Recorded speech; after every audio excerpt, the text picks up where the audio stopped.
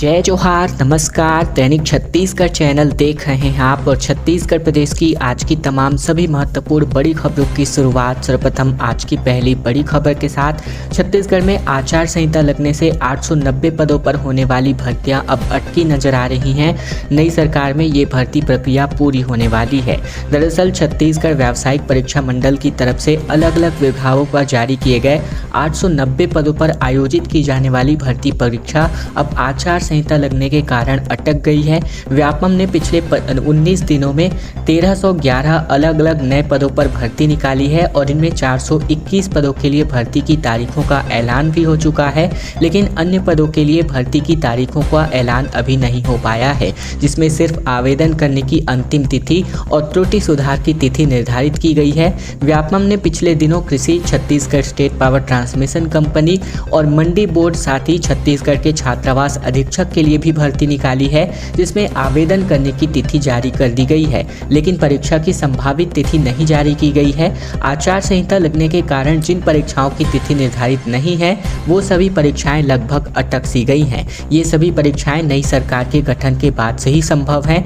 जानकारों का मानना है कि सभी अधिकारी चुनाव में व्यस्त हो जाएंगे, जिसके कारण परीक्षा करवा पाना संभव होता नजर नहीं आ रहा है।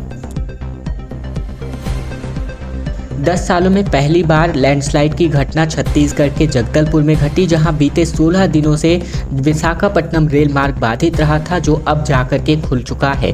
रेल मार्ग पर 16 दिनों से लगे रेलवे आवागमन को बहाल करने में यात्री ट्रेन भी अब बंद हो गए थे। ऐसे में पुणे और लखनऊ के विशेषज्ञों ने रेलवे लाइन का परीक्षण करके लैंडस्लाइडिंग की वजह से कोरापुट रेलवे स्टेशन के नज़दीक मानाबार जर्ती में ये हादसा हुआ था, जिसको अब सॉल्व कर लिया गया है। केके रेल मार्ग पर मालगाड़ियों का आवागमन 16 दिनों बाद बहाल किया गया है, जहां विशाखापट्टनम रेल मंडल के अंतर्गत केके रेल मार्ग पर लैंडस्लाइडिंग की वजह से बीते 24 सितंबर से रेल मार्ग बाधित था और इसको अब बहाल कर दिया गया है। लगातार रेलवे की विशेषज्ञ टीम 24 घंटे रेलवे ट्रैक से मलबा हटाने और मरम्मत के काम में जुटी हुई थी। बीते 10 सालों में यह सबसे बड़ी लैंडस्लाइड की घटना है। रेलवे अधिकारियों के मुताबिक रेलवे ट्रैक के नज़दीक पूरी पहाड़ी धंस करके ट्रैक पर गिरी थी, जिसकी वजह से तकरीबन 10,000 क्यूबिक मीटर के करीब पत्थर और मिट्टी ट्रैक पर जमा हो गए थे। छत्तीसगढ़ के स्कूलों और कॉलेजों के लिए त्योहारी छुट्टी का ऐलान हो चुका है, जहां दशहरा पर 23 से लेकर 28 अक्टूबर तक, तो वहीं दिवाली में 11 से 16 नवंबर तक के अवकाश की घोषणा हुई है। छत्तीसगढ़ में स्कूलों में इस महीने 6 दिन की त्योहारी छुट्टी हो रही है। स्कूल शिक्षा विभाग ने इसके लिए आदेश जारी कर दिया है। आदेश के मुताबिक इस साल दशहरा की छुट्टी 6 दिनों की होने वाली है। ये 23 अक्टूबर से शुरू होकर 28 अक्टूबर तक चलेगी। इसके बाद नवंबर में भी दिवाली की लंबी छुट्टी होने वाली है। ये छुट्टी 11 नवंबर से 16 नवंबर तक होने वाली है। स्कूल शिक्षा विभाग ने शीतकालीन छुट्टी का भी घोषणा कर दिया है। इस बार 25 दिसंबर से लेकर 30 दिसंबर तक सर्दी की छुट्टियां होंगी। वहीं 46 दिनों का ग्रीष्मकालीन अवकाश भी अभी से ही घोषित कर दिया गया है, जो अवकाश 1 मई से लेकर 15 जून 2023 तक प्रभावी होगा। छत्तीसगढ़ के कवर्धा में किसान संघ के बैनर तले 13 सूत्री मांगों को लेकर के किसान प्रदर्शन कर रहे हैं। छत्तीसगढ़ के कवर्धा जिले में भारतीय किसान संघ के बैनर तले हजारों की संख्या में किसान अपनी 13 सूत्री मांगों को लेकर प्रदर्शन कर रहे हैं, जहां कलेक्टर कार्यालय से 100 मीटर पहले बैरिकेडिंग्स लगाकर रानी दुर्गावती चौक में पुलिस ने किसानों को रोका, जहां किसानों ने गन्ने का शेयर बढ़ा दिए जाने, साथ ही गन्ने का शेयर दिए जाने, गन्ने का समर्थन मूल्य 450 रुपये किए जाने, चारों ब्लॉक में एथेनॉल प्लांट और साथ ही लोहारा ब्लॉक में नए शक्कर कारखाना खोलने की मांग, साथ ही सुतईपट नहर विस्तारीकरण को लेकर सभी बांधों का सिंचाई क्षमता बढ़ाने समेत अपनी कुल 13 सूत्री मांगों को लेकर के किसान संघ के बैनर तले प्रदर्शन कर रहे हैं। और अब खबर छत्तीसगढ़ के शिक्षक भर्ती घोटाले को लेकर, जहां इस स्कूल के इंटरव्यू में 20 की जगह 22 अंक दे दिए गए। लगातार इस तरह की घोटालों की जो खबरें हैं वो सामने आ रही हैं। स्वामी आत्मानंद स्कूलों में शिक्षक भर्ती को लेकर बलौदाबाजार के जिला शिक्षा अधिकारी के खिलाफ गड़बड़ी में पहले भी डीओ के ऊपर कार्यवाही हो चुकी है। इसके बाद भी शिक्षा विभाग सबक लेकर व्यवस्था को बहाल करने का कोई पहल करता दिखाई नहीं दे रहा है। बता दें कि स्वामी आत्मानंद विद्यालय में शिक्षक भर्ती से जुड़ा हुआ ये मामला मामला है जिसके इंटरव्यू का 20 अंक था। ऐसे में परीक्षार्थियों को विभाग के जिम्मेदार अधिकारियों ने 22 और 23 अंक तक दे दिए गए हैं। अंकों के हेरफेर में शिक्षा विभाग की शिक्षक भर्ती एक बार फिर से चर्चा का विषय बन चुका है। ये पूरा मामला संज्ञान में आने के बाद बलौदाबाजार के कलेक्टर चंदन कुमार ने शिक्षा विभाग के अधिकारियों को जमकर फटकार लगाई है और इसके बाद शिक्षा विभाग नींद से जागा है, जहां पर जिम्मेदार अधिकारियों पर कार्यवाही करके ये मामले को व्यवस्थित किया जा रहा है। छत्तीसगढ़ में 2 कलेक्टर समेत 3 एसपी को हटाया जा चुका है। दोनों आईएएस अफसर अब मंत्रालय में संयुक्त सचिव का पद संभालेंगे। बिलासपुर और दुर्ग के एडिशनल एसपी भी हटाए जा चुके हैं। दरअसल निर्वाचन आयोग ने बीती शाम को छत्तीसगढ़ के 2 कलेक्टर समेत 3 पुलिस अधीक्षकों और मंत्रालय के विशेष सचिव मनोज सोनी को उनके पद से विमुक्त कर दिया है। मनोज सोनी खाद्य विभाग में पदस्थ थे। इसके अलावा हटाए जाने वाले अफसरों में बिलासपुर कलेक्टर संजीव झा, रायगढ़ कलेक्टर तारक प्रकाश सिन्हा भी शामिल हैं। इन सभी को देर रात नई तैनाती दी गई है। वहीं दुर्ग एसपी सलभ सिन्हा, कोरबा एसपी उदय किरण और राजनांदगांव एसपी अभिषेक मीणा को भी उनके पद से विमुक्त किया गया है। इनके अलावा बिलासपुर से एडिशनल एसपी अभिषेक माहेश्वरी और दुर्ग के एडिशनल एसपी संजय ध्रुव को भी हटा दिया गया है। चुनाव तारीखों का ऐलान होने के दिन ही निर्वाचन आयोग की ओर से ये कार्यवाही की गई है। आयोग की ओर से इन अफसरों को तत्काल प्रभाव से अपने पद को छोड़ने का निर्देश दिया गया था। राज्य के मुख्य निर्वाचन पदाधिकारी रीना बाबा साहेब कंगाले ने इसकी पुष्टि की है। मुख्यमंत्री के कैंडी क्रश वाले गेम पर ट्विटर वार अब बढ़ता नजर आ रहा है, जहां भूपेश बघेल ने कहा कि मनोरंजन अपराध है क्या।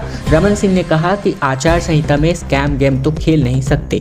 दरअसल छत्तीसगढ़ में चुनावों की घोषणा होने के साथ ही अब राजनीति में कैंडी क्रश गेम की एंट्री हो गई है, जहां भाजपा ने कांग्रेस की स्क्रीनिंग कमेटी की बैठक में भूपेश बघेल के मोबाइल पर गेम खेलते फोटो ट्वीट कर तंज कसा है, जिस पर मुख्यमंत्री भूपेश बघेल ने कहा कि मनोरंजन करना अपराध है क्या। वहीं पूर्व मुख्यमंत्री डॉक्टर रमन सिंह ने कहा कि अब आचार संहिता लगी है, स्कैम गेम तो कर नहीं सकते, इसीलिए अब कैंडी क्रश खेल रहे हैं। दुर्ग में 100 से अधिक चाकूबाजों की गिरफ्तारी की गई है, जहां एसपी ने असामाजिक तत्वों पर लगाम कसने के लिए एक जंबो टीम कमेटी गठित की थी, जहां लाइसेंसी हथियार थाने में जमा करने का निर्देश भी जारी किया गया है। दुर्ग जिले में असामाजिक तत्वों पर लगाम कसने के लिए एसपी सलभ कुमार सिन्हा ने जंबो टीम का गठन किया है। एएसपी सिटी संजय ध्रुव के निर्देश में ये टीम प्रतिदिन मार्च करती है। इसमें दुर्ग भिलाई के शहरी क्षेत्र के सीएसपी, थाना प्रभारी और पुलिसकर्मी भी शामिल है। आचार संहिता लागू होने के पहले दिन से ही टीम ने 100 से अधिक चाकूबाजों की गिरफ्तारी कर न्यायिक हिरासत में इनको जेल भेज दिया है।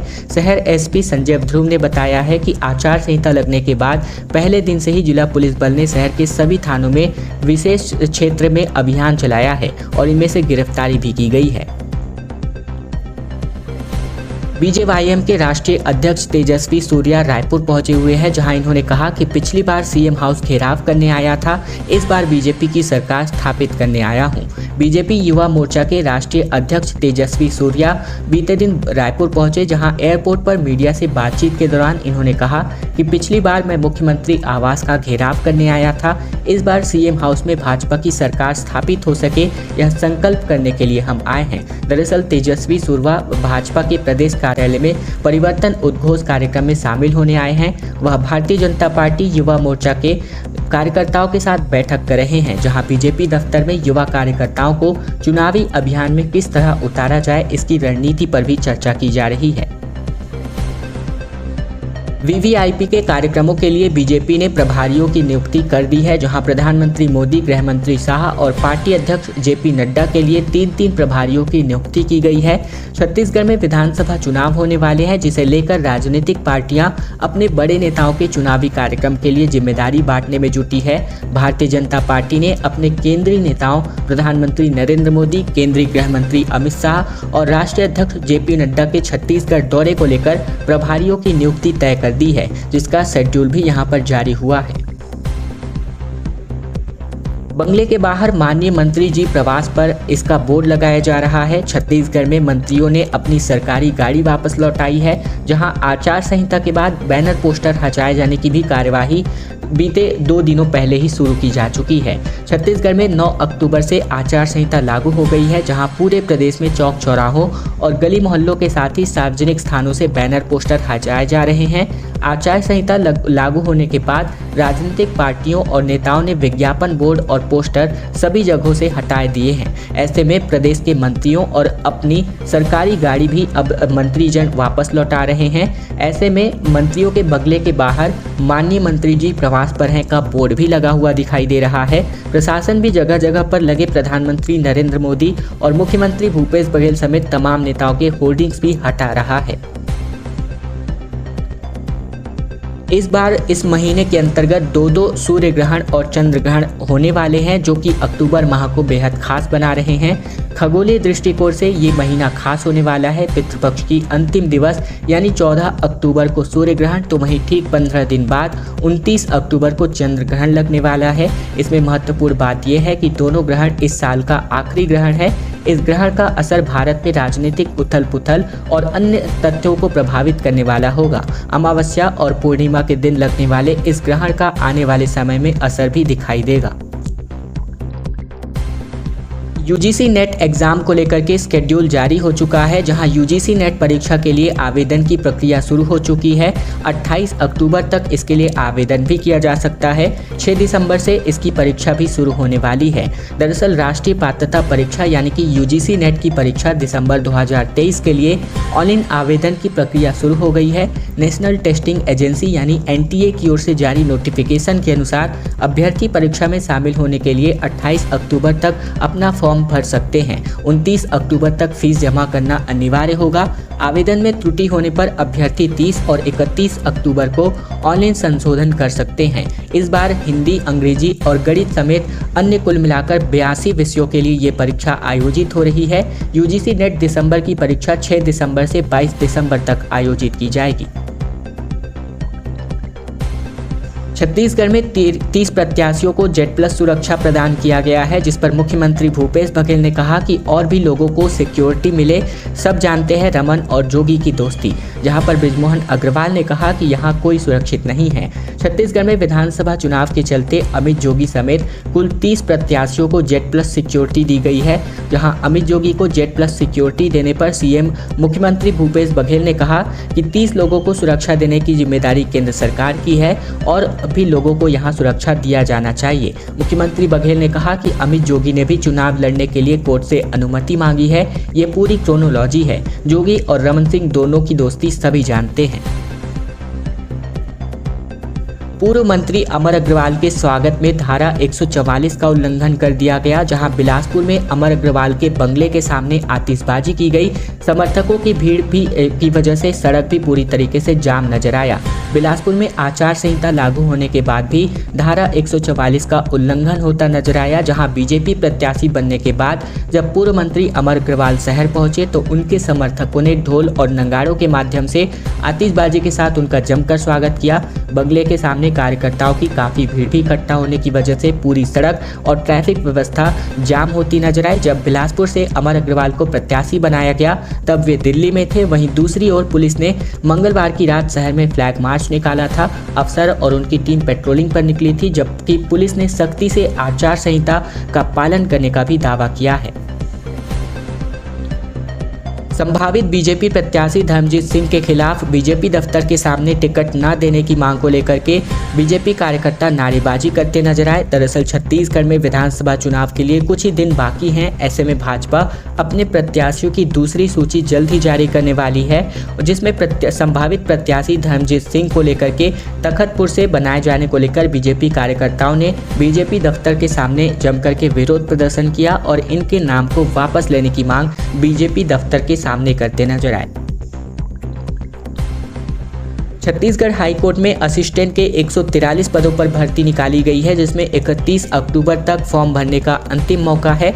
छत्तीसगढ़ हाई कोर्ट बिलासपुर ने एशियन ग्रेड 3 के तकरीबन 143 पदों पर भर्ती निकाली के लिए आवेदन आमंत्रित कर दिया है। छत्तीसगढ़ हाई कोर्ट ने इस भर्ती के लिए आवेदन की प्रक्रिया शुरू हो चुकी है। इच्छुक अभ्यर्थी आवेदन की अंतिम तिथि 31 अक्टूबर तक ऑनलाइन आवेदन कर सकते हैं। छत्तीसगढ़ हाई कोर्ट में सहायक भर्ती के लिए आवेदन हाई कोर्ट की ऑफिशियल वेबसाइट highcourt.cg.gov.in पर जाकर किया जा सकता है। इस भर्ती में किसी भी वर्ग के अभ्यर्थियों को किसी भी प्रकार का शुल्क नहीं देना होगा। छत्तीसगढ़ हाई कोर्ट के इस भर्ती अभियान में कुल 143 पदों पर अभ्यर्थियों की नियुक्ति की जाएगी।